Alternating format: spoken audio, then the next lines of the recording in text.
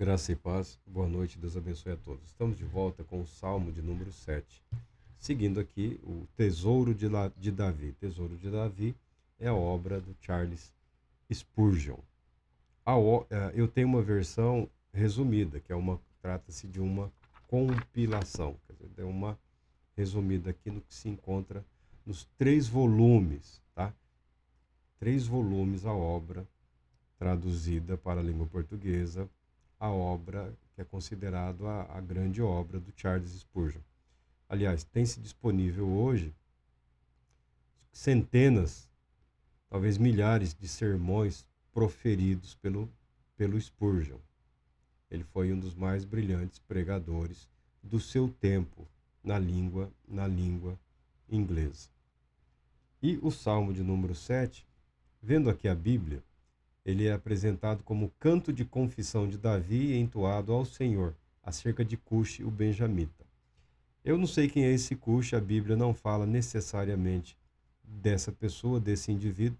Nós sabemos que Davi teve alguns inimigos, alguns adversários da tribo de Benjamim. Rivalidade essa decorrente do fato dele ter sido o sucessor no reino, no lugar de Saul. Tá? Saul era da tribo de Benjamim e a tribo que tinha o rei sentia-se favorecida, valorizada com a perda de um dos seus nobres representantes. Alguns ficaram magoados, alguns ficaram profundamente ofendidos com o rei Davi e dedicaram tempo para persegui-lo. Esse salmo aqui, ele pode ser chamado a canção do santo difamado.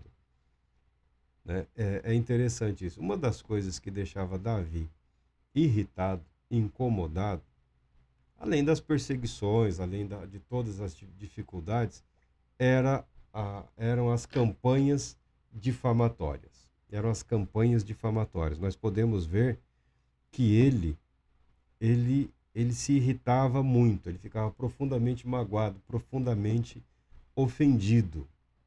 Porque o difamador é isso, o difamador, ele é um mentiroso, é um compulsivo, é alguém que tenta diminuir ou negar os méritos da outra pessoa, até mesmo acusando-a injustamente, indevidamente de atos indignos, de atos criminosos, de atos imorais.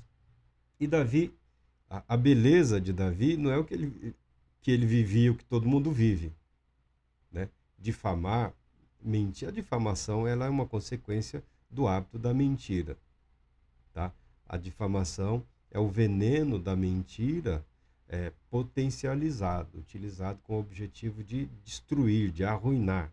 Isso é normal, isso acontece há séculos, há milhares de anos. Isso nunca deixou de acontecer. Acontece até nas igrejas. O ambiente competitivo hoje, né, religiões de mercado, a busca pelo consumidor religioso, né, porque hoje a religião é um consumo, gerou-se um consumo em torno da prática religiosa, um consumo intenso, um consumo insano, um consumo doentio, um consumo mórbido, um consumo diabólico, na verdade. Mas é o que é.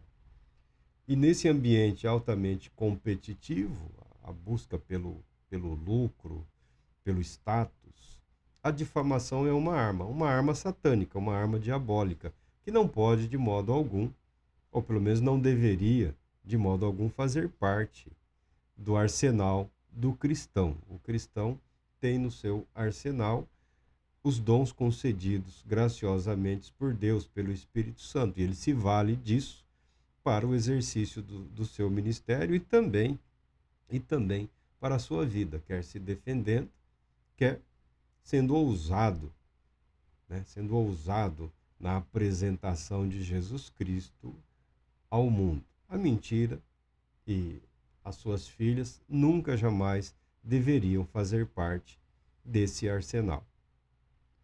O Davi aqui, ele começa o salmo dizendo assim: Senhor meu Deus, eu me abrigo em ti.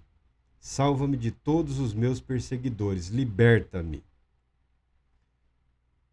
que não me agarrem como leões e, levando-me para longe, me estraçalhem sem haver quem me livre. Senhor meu Deus, se procedi como me culpam, se em minhas mãos há injustiça e iniquidade, se paguei com o mal ao amigo que me fez o bem, se de tudo despojei meus adversários, que o inimigo me persiga até alcançar, que me aprisione vivo sobre a terra e arraste a minha honra, a minha glória ao pó. Aqui há uma pausa. Algumas pessoas não gostam desse tipo de salmo, desse tipo de leitura. Todo salmo ele é uma reflexão, ele não é um improviso. O salmo não é necessariamente algo que brotou instantaneamente. Ele é reflexo dos acontecimentos na vida de Davi, principalmente, e como ele soube apresentar aquilo no momento oportuno diante de Deus. E como ele vislumbrou o agir de Deus, a resposta de Deus e como ele o aguardou. É claro que ele está aqui irado. A Bíblia fala, irai-vos e não pequeis. Não, Davi não pecou.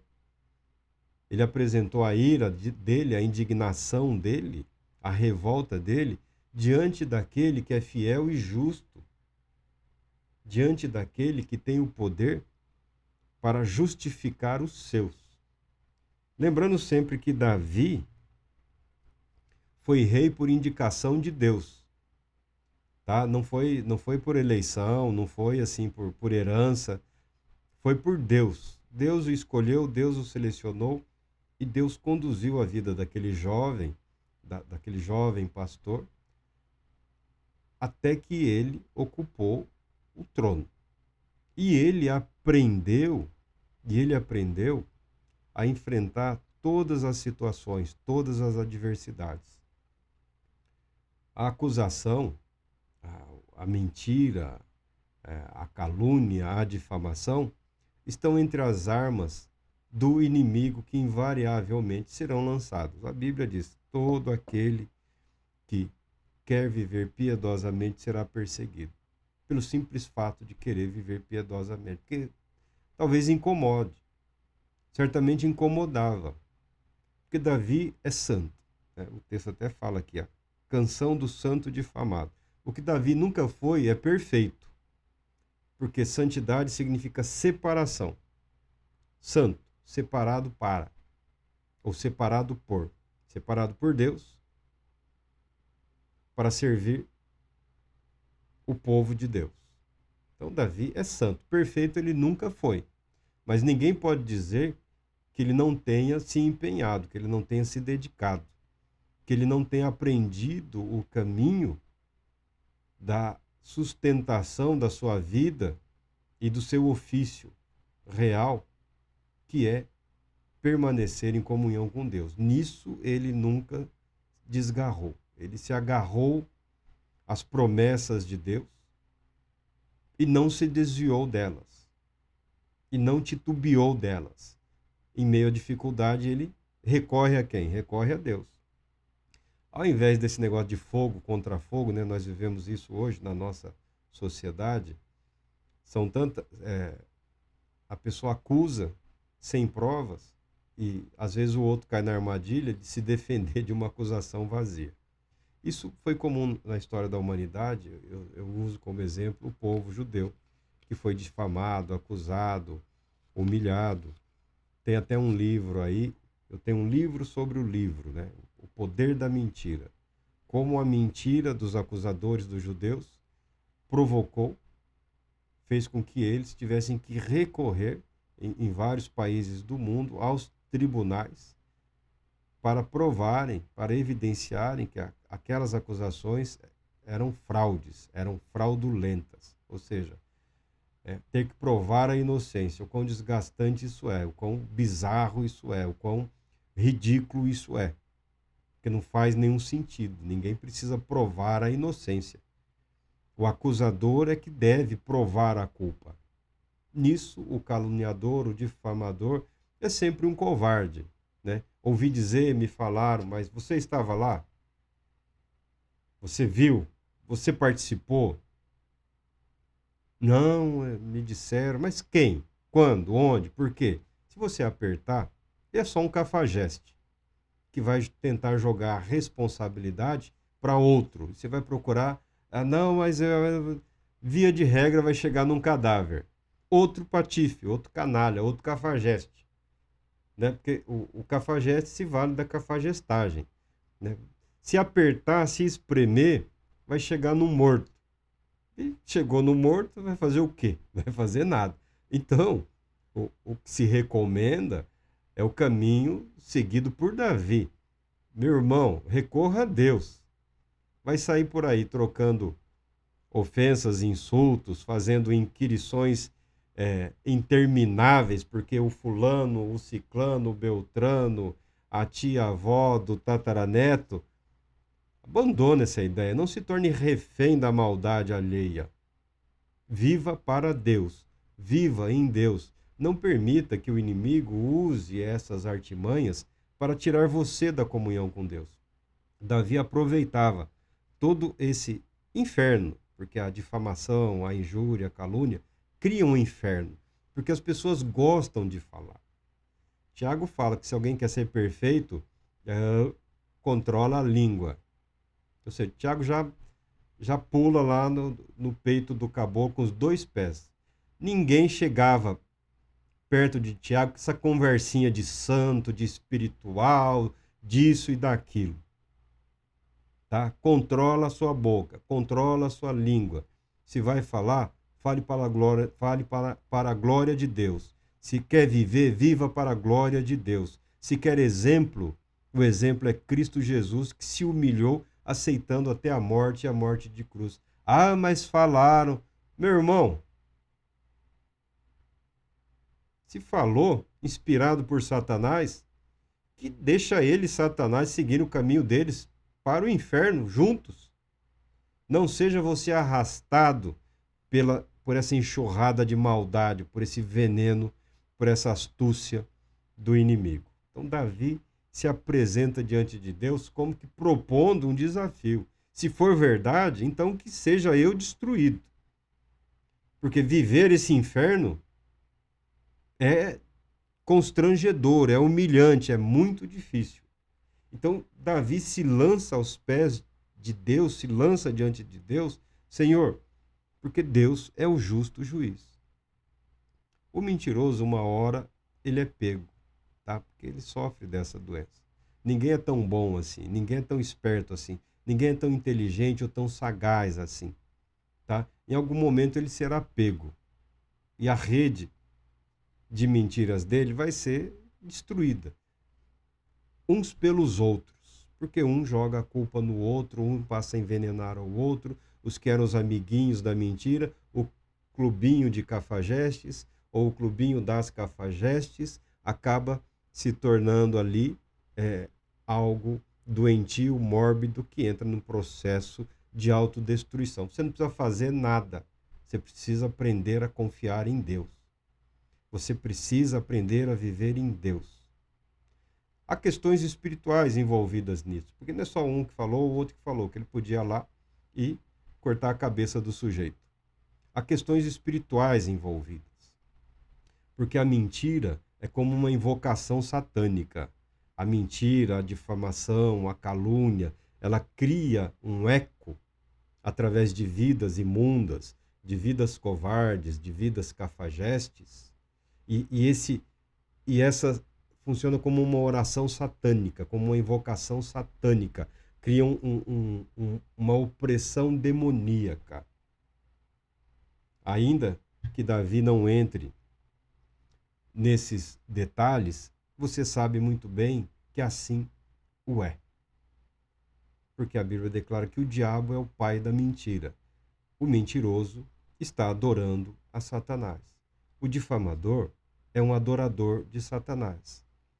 O caluniador, o injuriador, ele é um servo do demônio. Você pode chamar de meu pai, meu marido, meu filho, meu pastor, meu padre, meu isso, meu aquilo. Ele é um servo do demônio.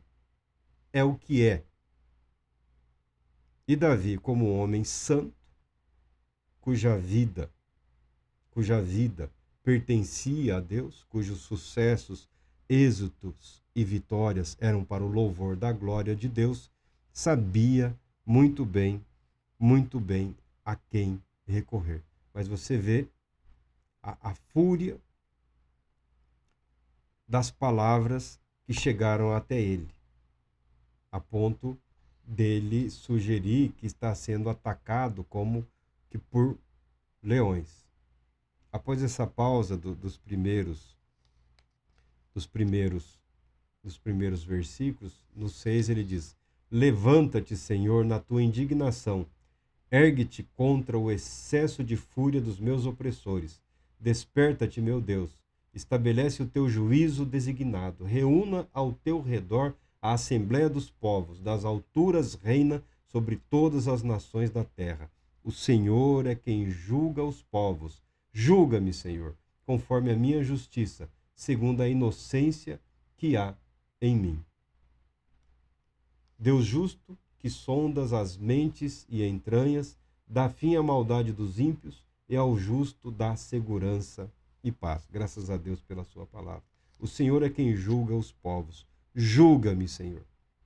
Ao contrário de muitos cristãos nos dias de hoje, que acreditam que a fé cristã é uma espécie de isenção, né? Como se o cristão estivesse isento ao julgamento divino, como se o cristão estivesse isento à ira divina, né? Isenção. É o que os políticos querem, né? Querem estar assim isentos, não querem se submeter às leis, querem legislar, querem fazer valer as leis, querem fazer valer os seus direitos, mas via de regra não querem ser punidos quando flagrados ou surpreendidos infringindo as leis por eles criadas e as leis que devem reger a vida de todos. Querem imunidade. A palavra é essa, né? O cristão quer uma espécie de imunidade. Davi não pede imunidade. Senhor, a acusação injusta e grave é essa. Julga-me. Pesa, Senhor, a minha vida e as palavras dos meus acusadores e faça justiça ao Deus. O que há de errado nisso? Marco, mas Jesus falou que nós devemos orar pelos nossos inimigos. Sim, nós devemos orar pelos nossos inimigos. Deus, se compadeça daquele infeliz, porque ele é instrumento de Satanás para arruinar e destruir vidas. Tenha misericórdia, Senhor. Amém. Orou. O que a Bíblia não ensina é que você deve ser um bocó de Jesus, ou um bobão do Senhor, que todo mundo também pisa, sapateia e espizinha. Não é assim que se vive. Não é assim que ninguém viveu, nenhum dos apóstolos, nenhum dos santos. Tá? Quando puderam, reivindicaram seus direitos. Quando não puderam, recorreram a Deus e aceitaram o que havia sido proposto por Deus. Porque Deus, no sofrimento dos santos, planeja um bem maior. Mas isso é o livre agir de Deus através das nossas vidas. Quem sabe, através do seu sofrimento, Deus esteja planejando executar um bem maior. Agora, você é que sabe das suas limitações, você é que sabe do seu nível de compromisso com Deus. Mas o que se pede, o que se orienta, a palavra de Deus, é que você recorra diretamente a Ele. Você pode orar sim por justiça, por que não? Ah, Senhor, salva essa pessoa que está tentando me destruir. Senhor, me livra desse mal, me livra desse maligno, desse encosto humano, dessa entidade satânica, encarnada, livremente na vida dessa pessoa. Essa pessoa é um agente das trevas. Senhor, me livra desse mal. Porque o objetivo dessas pessoas é a destruição, é a ruína. O prazer deles é esse. Ver arruinadas vidas. Ver pessoas afastadas do plano e do propósito de Deus. A alegria deles é o fracasso, a alegria deles é a derrota, a alegria deles é a humilhação. E quando não conseguem, mentem, inventam, difamam, caluniam. Que Deus faça justiça. Que Deus julgue. o silêncio que nós devemos manter diante de tais acontecimentos na nossa vida deve ser esse, no âmbito da nossa vida. Agora, diante de Deus, você tem todo o direito, e eu creio que também a obrigação. Senhor, eu estou vivendo para o Senhor. Eu nem queria isso aqui. Meu plano era outro, o Senhor sabe muito bem. Mas estou enfrentando agora um inimigo covarde. Porque no campo de batalhas as chances são iguais. As armas que Davi tinha para o combate eram as mesmas que os adversários dele. Davi não tinha mísseis. Davi não tinha canhões. Davi tinha fé em Deus e coragem. Então, no campo de batalha, muito embora a guerra seja odiosa, a luta é justa, porque ambos os lados possuem as mesmas armas. Agora, o caluniador, o mentiroso, esse é um covarde, esse é falso. E talvez até estivesse no ambiente próximo ao rei Davi. Talvez até estivesse próximo ao rei Davi. Fala aqui de Apolinário: Senhor meu Deus, se eu fiz o que de me culpam, se nas minhas mãos há iniquidade. Joséfo fala sobre Apolinário, que ao falar sobre judeus e cristãos, afirmava que eram mais tolos que qualquer bárbaro. A difamação, a calúnia, a mentira.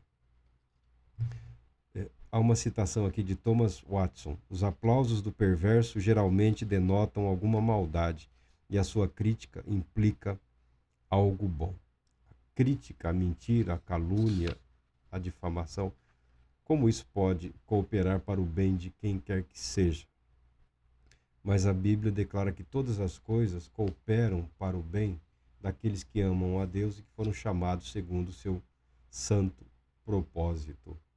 Cooperam para o bem à medida que nós aprendemos a confiar na justiça desse Deus bom e não fazer valer as nossas razões nas esferas pessoais, sociais ou mesmo jurídicas.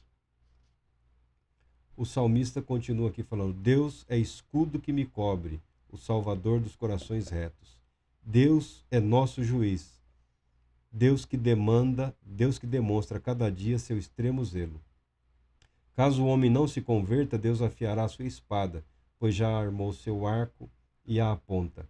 Preparou para si armas de morte e produziu suas flechas flamejantes.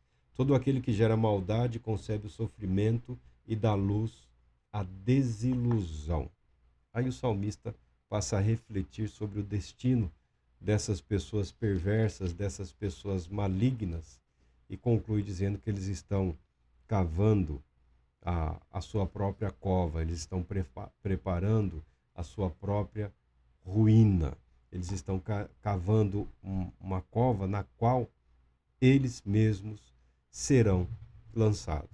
Todo salmo, uma vez que são inspiração do Espírito Santo, uma reflexão profunda, detalhada sobre um momento específico da vida do salmista, expresso em termos de cântico, de louvor, criando a oportunidade para que o salmista derrame ali a sua alma, o seu coração, a sua fé, a sua confiança, a sua ousadia. Davi fala nos termos do homem que ele era, um guerreiro. Às vezes ele fala como pastor, porque ele sabe o que é pastorear, porque ele foi pastor quando jovem. Ele fala como servo, porque ele soube o que é servir. Ele trabalhava para o pai, ele trabalhava para os irmãos, ele foi escudeiro do rei Saul e também foi um dos que estavam presentes na corte do rei para aplacar a ira quando ele ficava perturbado. Saul de vez em quando ficava perturbado e Davi, seria musicista hoje, sabia tocar lá os instrumentos daquela época. Com isso, ele acalmava o ânimo, o ímpeto, a fúria, a revolta e a indignação de Saul. Saul fracassou várias vezes, Saul teve todas as oportunidades para ser o grande rei de Israel, mas se acovardou, se amedrontou. No desafio lançado lá pelo gigante Golias, Saul é visto sentado na frente da tenda, tá? Os exércitos de Israel do lado de cá de um morro, dos filisteus no outro morro. Se você for para Israel lá, você conhecendo os morros, a região, você verá que é pertinho, é próximo, tá bom? Dava para ouvir, sim. O sujeito sai, caminha ali e começa a gritar e dá para insultar. As distâncias não eram tão longas, não eram. Você deve pensar em dimensões pequenas. Israel é um território bem pequeno, bem pequenininho, semelhante ao estado de Sergipe. No momento em que Davi demonstra sua ousada confiança em Deus, pois ele não era adestrado para a batalha, não era adestrado, não tinha treinamento para o combate, para o duelo. Davi se agiganta, tomando a frente, falando: eu vou enfrentar esse sujeito aí. Saul é visto sentado sobre a tenda, porque em Israel não havia homem que chegasse à altura do rei Saul. A Bíblia declara que o mais alto em Israel chegava, a cabeça ficava aqui, sobre o ombro de Saul. Então Saul estava acima, né? Olhava o seu próprio povo de cima para baixo. Saul era um homem muito alto. Não vamos especular aqui a altura, mas do ombro para baixo era o mais alto em Israel. Então está um gigante lá, o nosso gigante cadê o nosso gigante? Está sentado. Eu falar com o rei sentado. Se apequenou. Mas era o momento de Davi, porque Davi foi para cima. Porque se Saul tivesse tomado a posição, teria sido ele o vencedor daquele gigante. Tinha outros 4 lá. Tinha outros 4 gigantes. Não seria por falta de gigante que Davi e Saul seriam exaltados nas canções do povo de Israel. Tá? Então, esse homem tomado de fúria, então Davi soube o que é servir.